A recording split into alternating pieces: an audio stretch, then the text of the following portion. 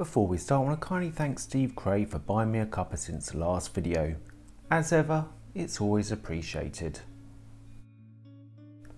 A week ago, a member of Patriotic Alternative Eastern messaged me and said, "Have you seen that new scary clown film? You like horror films." And I thought surely nothing can be scarier than Clown House from 1998. Although the only thing scary about Clown House from 1998 was what happened when it was being made. But enough of that. He was talking about the Terrifier 2. The Terrifier 2 came out this year. It's written, directed, edited and produced by Damien Leone. As the name suggests, it is a sequel to 2017's Terrifier. A low budget and quite honestly awful film. It's all about Art the Clown, who goes on a killing spree. Why? You don't really know, but there is more backstory to it. The Terrifier 2 picks up a year later, as someone has resurrected him. Now, the film has gained some notoriety due to the rather excessive violence in it, and gore, and sadism. Needless to say, I just thought that was hyperbole and wouldn't be the case. The PA Eastern member who told me about it said he had to watch it in half-hour slots because it was just too much for him. Well, I thought I'd take him up on the challenge and sit through it. Surely it can't be that bad. Let's see. The film opens in a morgue, and right from the off, you're left in no uncertain terms as to how the film's going to progress in terms of violence and blood.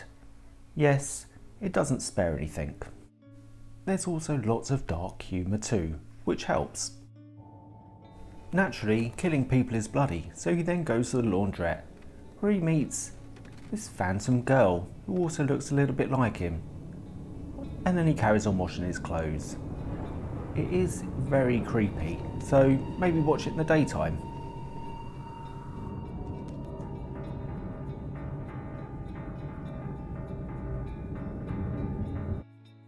We then meet the film's heroine, Sienna, who lives with her mum and her brother because their dad died a year ago after going quite mental and killing himself. They're quite a dysfunctional family.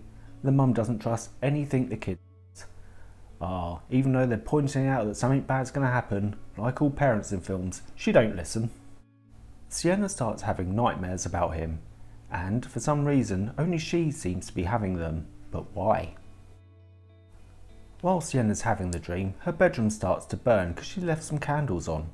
But she says she hasn't left candles on. Needless to say, the mum is very angry and thinks she's going to end up killing the whole house. Chemicals in your heat guns and staying up till 4 o'clock in the fucking morning doing God only knows what. Oh my.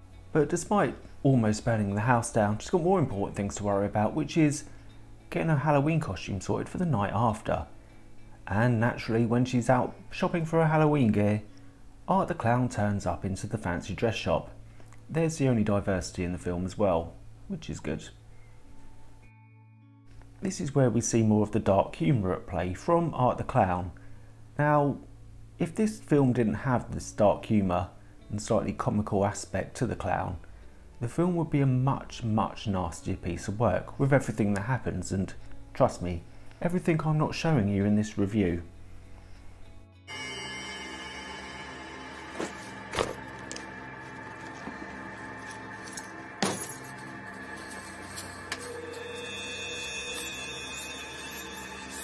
Anyway, she makes it out alive. Unlike this fella, I'll fuck you up.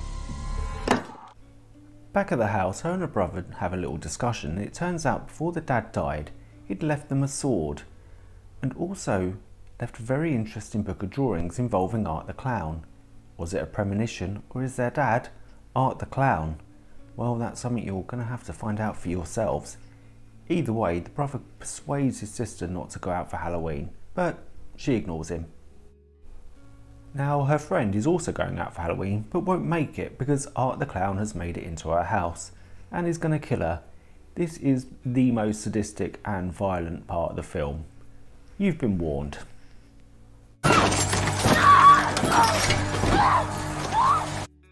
Sienna makes it to the Halloween party, dressed as an avenging angel.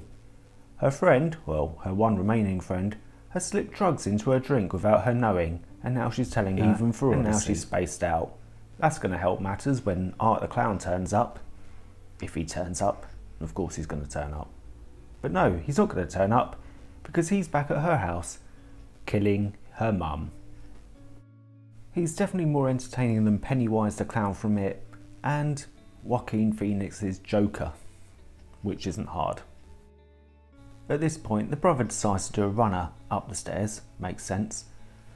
But Art the Clown doesn't want to kill him, he wants to use him as bait to bring Sienna out.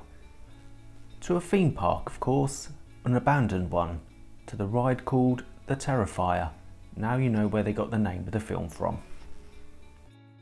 Sienna finally manages to find her dead friend, the one who gave her drugs.